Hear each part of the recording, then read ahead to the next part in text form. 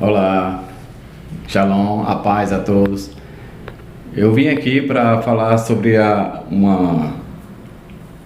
o que vem acontecendo ultimamente com os próprios irmãos das igrejas.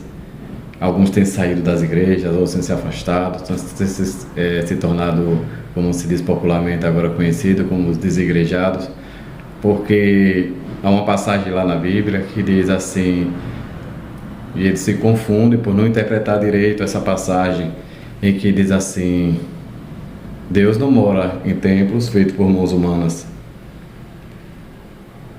Se Deus não mora em templos feitos por mãos humanas, quem mandou construir o templo? Você já parou para se pensar nisso?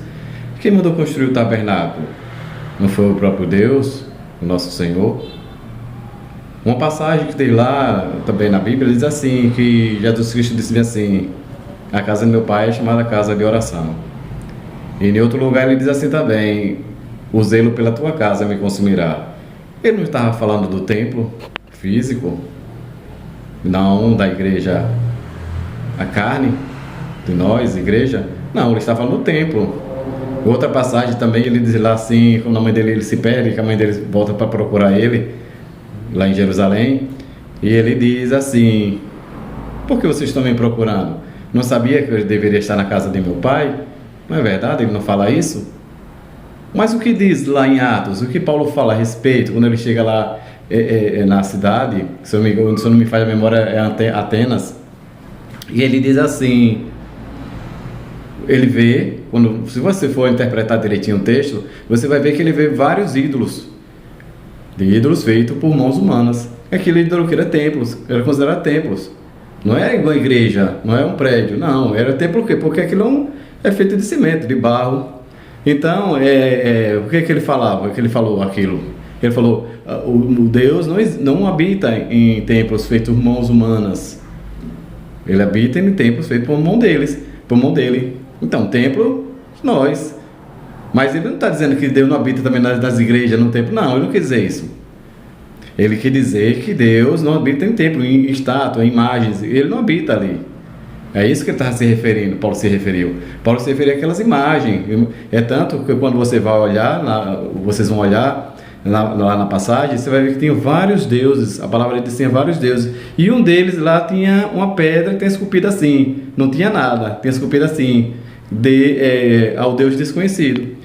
E ele se referiu a Deus desconhecido, que é o Deus, porque Deus não tinha imagem, ele era conhecido, o Deus invisível, Deus sem rosto, lá pelos cananeus, né, pelos aqueles povos, aquelas regiões. Ele conhecia Deus como o Deus de Israel, como o Deus invisível, Deus sem rosto.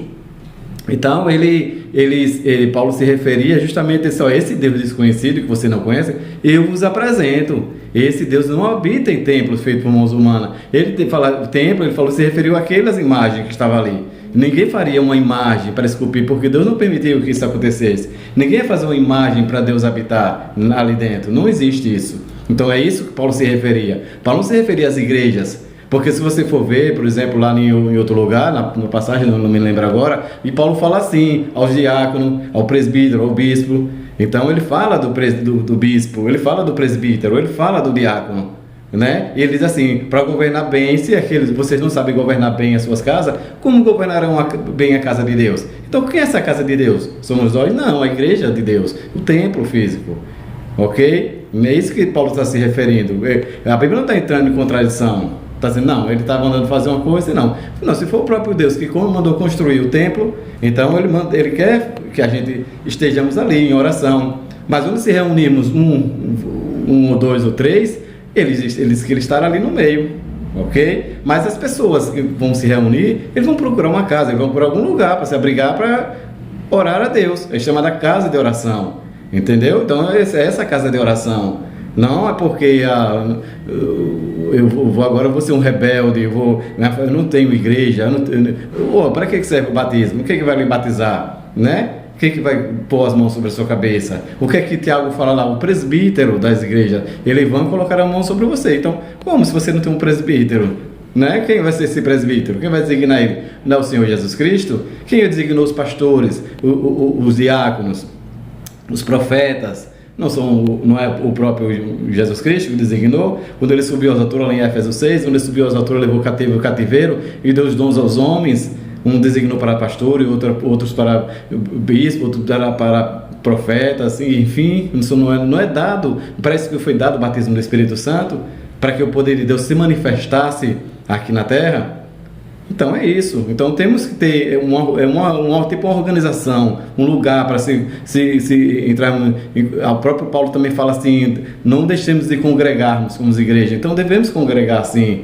Tem que ter essa união dos irmãos. E o próprio Paulo também fala lá em Coríntios que ele diz assim: uma coluna, uma cabeça. Onde está a cabeça? Onde está o corpo? Onde está a mão? Onde está o pé? Não são todos ministros de Cristo? Não são todos colunas de Cristo? O Cristo é a cabeça, cada um tem sua função. Se ele falou isso, então existe a igreja, ok? A igreja é templo, tem que ter. Senão não há, as pessoas vão ficar dispersas. Quem é que vai batizar? Quem é que vai ser enviado para pregar? Então tem que ter a igreja, ok, irmãos? Não, se isso a pessoa quando se fala, não vou para a igreja porque não é para ir mais para a igreja, está errado, irmãos. E devemos ser igreja. Mas alguns pastores estão fazendo isso, outros pastores estão fazendo aquilo, eles não estão mais obedecendo a lei, eles estão querendo sua fortuna, isso é um problema de cada um. Nós não devemos julgar. O próprio Paulo disse que quem vai julgar é o Senhor. É o Senhor que tem que julgar, ok? Você não está feliz com aquela igreja, saia daquela congregação e vá para outra.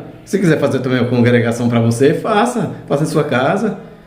Umas cadeiras, junto o pessoal lá, faça. Não está errado, é biblicamente falando, ok? Então é assim, cada um vai ter sua direção, o próprio Deus vai dirigir. Agora que ensine corretamente, a verdadeira palavra, chamada sã doutrina, ok? Porque, como diz o apóstolo Paulo, muitos estão saindo por aí enganadores, espíritos enganadores, pessoas que não entendem, não lêem a Bíblia, não interpretam de um modo errado, estão fazendo coisas absurdas, enganando, levando outras pessoas, aquelas pessoas mais fracas, a irem também pelo mesmo erro, ok? Então cuidado, irmãos, cuidado, porque essa é chamada apostasia. Essa é chamada verdadeira apostasia. Cuidado, não pense que a apostasia vai aparecer, é porque o anticristo aparecer com apostasia de uma hora para outra. Não é o anticristo, não. Não é esse anticristo. O João fala que o anticristo vai sair do meio de nós. Ok?